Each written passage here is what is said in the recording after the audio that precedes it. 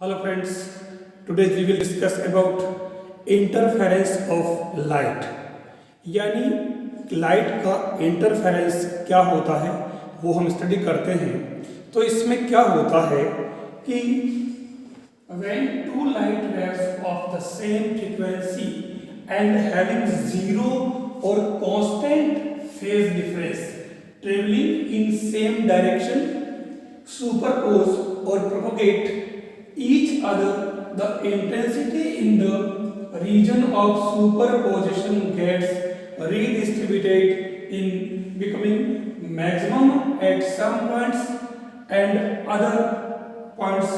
are minimum. This phenomenon is called interference of light. यानी interference of light क्या होता है, हमारे पास दो लाइट वेव्स है और वो दोनों लाइट वेव्स सेम फ्रीक्वेंसी की हो और कांस्टेंट फेज डिफरेंस में हो या जीरो फेज डिफरेंस हो, और ये जब दोनों एक ही डायरेक्शन में सुपरपोज होती है, प्रोपोगेट होती है, तो उसमें इनकी जो दोनों की इंटेंसिटी होती है वो रीडिस्ट्रीब्यूट होती है कहाँ, सुपरपोजिशन रीजन के अंदर, और हमें एक रिजल्टेंट जो है वो इंटेंसिटी मिलती है।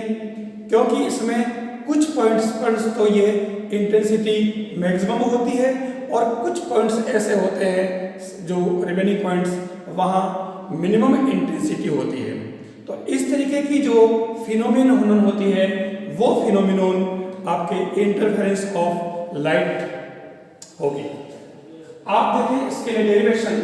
हम क्या करें, हमारे पास जो दोनों ही जो लाइट वेव्स है जो एक ही डायरेक्शन में प्रोपोगेट हो रही है, सुपरपोज हो रही है, हम क्या करते हैं, हमारे पास जो S1 और S2 दो लाइट सोर्स है उनसे हमने दो जो है वेव्स ली। हम क्या करें कि जो फर्स्ट जो वेव्स है उसका displacement equation y1 = a1 sin omega t और नेक्स्ट सेकंड जो वेव है वो उसका displacement equation y2 = a sin omega t plus phi।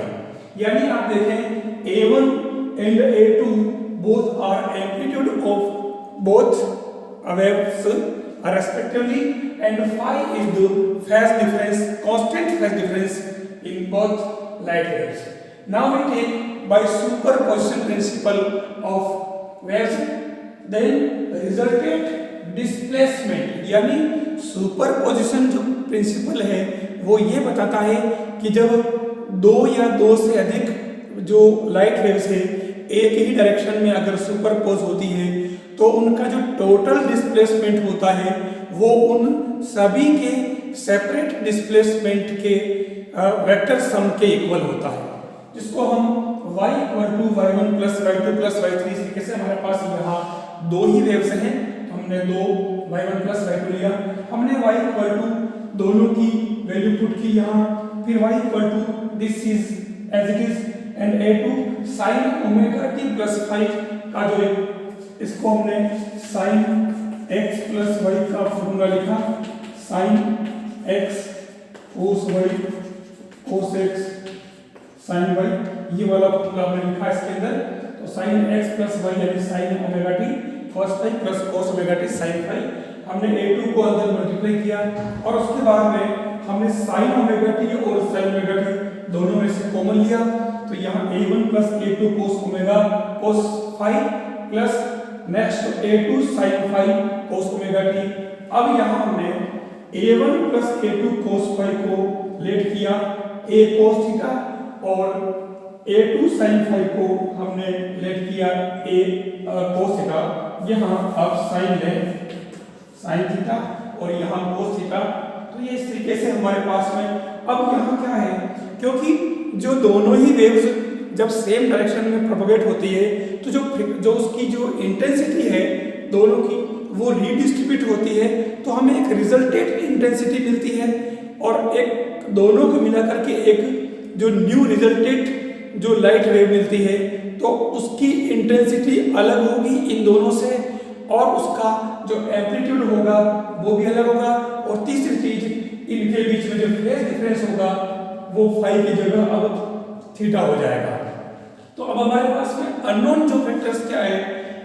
Amplitude of resultant waves, phase difference of resultant waves and हाँ बस ये जो है, और इंटेंसिटी, यानी ये तीन चीजें इसमें अपने को लेनी है। तो हम इसको आगे निकालते हैं।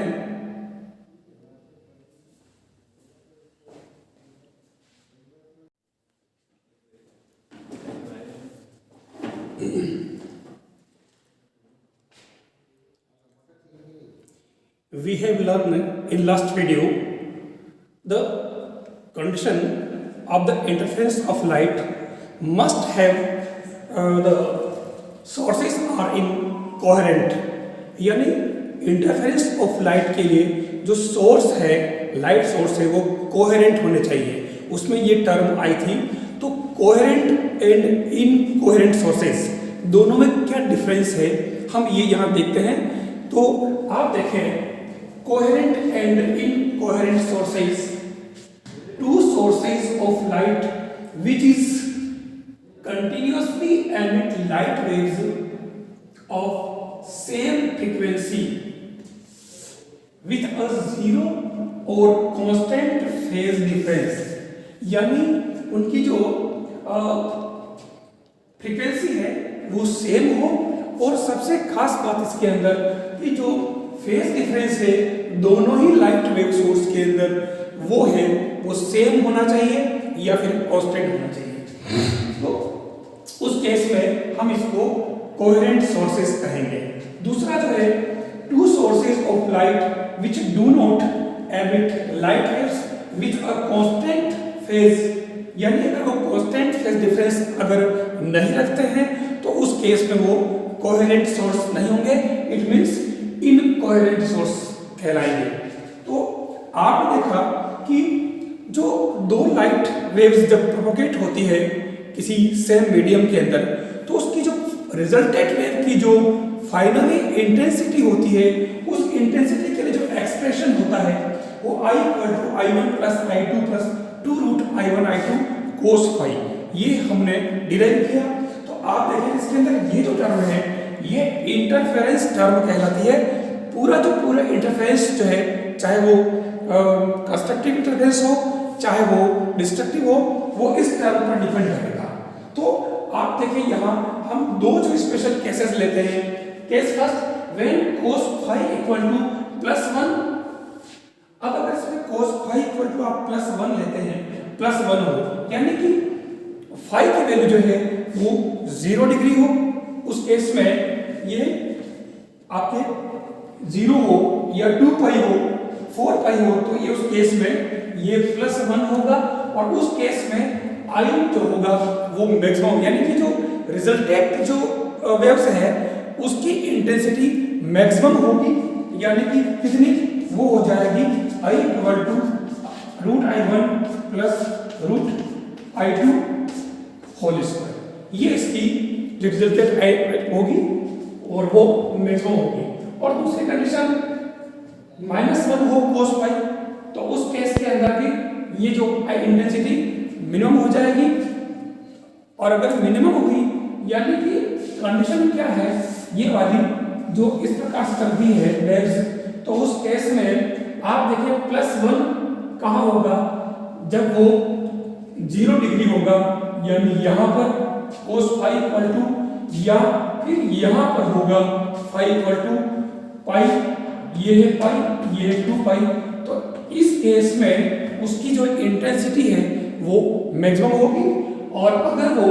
यहाँ पर है, यानी यहाँ पर है, और अगर वो यहाँ पर है, तो उस केस में हमारा टाइम जो आई होगी वो मिनिमम होगी। और इस केस में जो दोनों ही सोर्सेज जो होंगे अलग अलग वेवलेंथ के, वो कोहेरेंट सोर्सेज कहलाएंगे। नेक्स्ट जो आता है वो, यानी यूं कह सकते हैं कि इसके अंदर जो फर्स्ट वेव है, फर्स्ट वेव यहाँ आई, तो सेकंड वेव भी सेम टाइम में वापस यहाँ आए, वापस सेम टाइम में वो यहाँ पर पहुंचे। जब फर्स्ट जो वेव है वो अगर यहाँ पहुंच रही है, तो सेकंड भी इसी टाइम में सेम टाइम में यहाँ पहुंचे, तो उस केस में ये जो है कोहेरेंट सोर्स कहलाएंगे। नेक्स्ट जो है case second, when cos phi varies continuously with time assuming both positive or negative values, then average value of cos phi will be 0। यानी अगर cos phi जो है टाइम के रिस्पेक्ट अगर कंटिन्यूसली वेरीज होता है, ऊपर नीचे अगर होता है, यानी दोनों ही वेव्स जो है वो टाइम के रिस्पेक्ट अलग अलग टाइम पे एक किसी फिक्स पॉइंट पर अगर पहुंचती है, इसका मतलब ये हुआ कि दोनों में फेज डिफरेंस जो है वो सेम नहीं है, और उस केस में हमारे ये जो है इनकोहेरेंट सोर्सेज होंगे, यानी दोनों ही लाइट ऑफ वेव्स जो होंगे जो कि प्रोपोगेट हो रही है सेम मीडियम में, वो दोनों ही जो है इनकोहेरेंट सोर्सेज होंगे।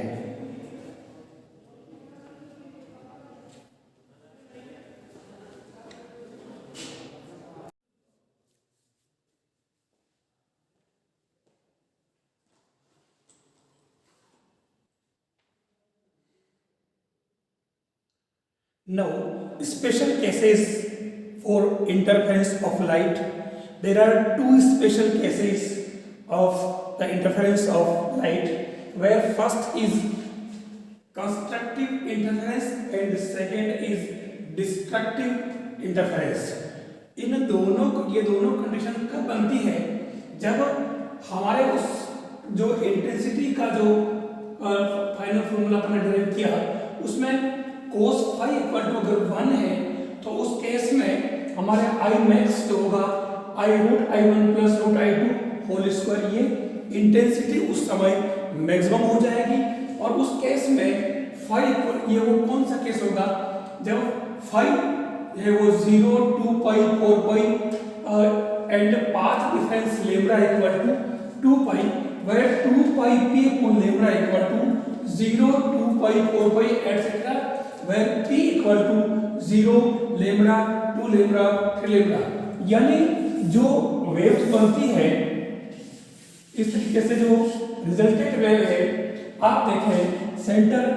यहाँ पर पाई 2 पाई 3 पाई 4 पाई, यानी आप देखें ये यहाँ से ये जो है लैम्डा है, तो उस केस में अगर हमारे पास में यहाँ जो फाई की वैल्यू अगर 0 2 पाई 4 पाई, तो उस 0 2 पाई 4 पाई यानी 1 बाई 1 अल्टरनेट छोड़ के, तो अगर ये है फाई, तो उस केस में हमारे जो है मैक्सिमम इंटेंसिटी होगी और एम्पलीट्यूड भी मैक्सिमम होगा, जिसको हम इस तरीके से फर्स्ट वेव का A1 सेकंड का अगर A2 मान लो, तो दोनों का रिजल्टेंट जो होगा वो A1 plus A2 equal to A होगा। ये जो कंडीशन बनती है कंस्ट्रक्टिव इंटरफेरेंस के अंदर। और दूसरा जो है डिस्ट्रक्टिव इंटरफेरेंस, वो है अगर cos phi इक्वल टू इसके जगह -1 कर दिया जाए, तो उस केस में हमारे पास में जो इंटेंसिटी है वो मिनिमम हो जाएगी। तो root I1 minus root I2 whole square, उस प्रॉब्लम में आप cos phi की वैल्यू -1 रखें, तो उस केस में वो I इक्वल टू बन जाएगा root I1 plus root I2 minus 2 root I1 I2। ये इस तरीके से ये बन जाएगा, तो यानी ये ऐसे रहेगा, तो होल स्क्वायर करोगे तो I1 माइनस I2 रूट का होल स्क्वायर बन जाएगा। तो उस केस में हमारे जो इंटेंसिटी होगी वो रिजल्टेंट वेव्स की वो हमारे मिनिमम हो जाएगी। तो आप यहाँ देखें ये जो केस बनेगा उसमें 5 इक्वल टू पाई 3 पाई 5 पाई, यानी कि ये जो पॉइंट है पाई 3 पाई 5 पाई, ये जो सारे पॉइंट होंगे वहां मिनिमम इंटेंसिटी होगी, यानी डिस्ट्रक्टिव इंटरफेरेंस होगा। तो इस तरीके से आप देखें कि ये 2 pi P upon lambda equal to, यानी ये 5 की वैल्यू पाई 3 पाई 5 पाई इस तरीके से कर रहे हैं, तो उस केस में हमारे पास p इक्वल टू जो lambda by 2 3 lambda by 2 2n minus 1 lambda by 2, तो इस केस के अंदर हमारे डिस्ट्रक्टिव इंटरफेरेंस होगा। आप देखें इसमें ये जो है सेंट्रल ब्राइट फ्रिंज है वो n इक्वल टू 0 पर हमारे बनेगी, और इस तरीके से अल्टरनेट ब्राइट और डार्क इस तरीके से फ्रिंज बनेगी। तो ये n की वैल्यू इसके अंदर आप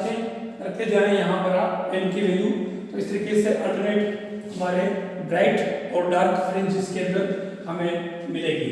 यहाँ पर S1p माइनस S2p जो है वो 0 plus minus lambda plus minus 2 lambda plus minus lambda इस तरीके से होगा। यानी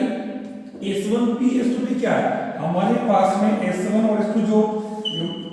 यंग्स बाइसेक्ट जो एक्सपेरिमेंट है हमारे पास, तो स्क्रीन पर हमारे इसके अंदर मान लो कोई पॉइंट P लिया, तो ये जो इनका फेज जो है वो ये वाला जो होगा, यानी S2p या S1p, भले इस पॉइंट को इधर ले लिया जाए या S2 यहाँ ले लिया जाए S1, तो ये S1p माइनस S2p वो हमारे पास 0 plus minus lambda plus minus lambda इस तरीके से हमारे इसमें फेज डिफरेंस होगा। तो हमारे पास कंस्ट्रक्टिव और डिस्ट्रक्टिव इंटरफेरेंस की कंडीशन बनेगी। तो इस तरीके से इसके अंदर हमारे पास इंटरफेरेंस का जो टॉपिक है वो कंप्लीट होगा।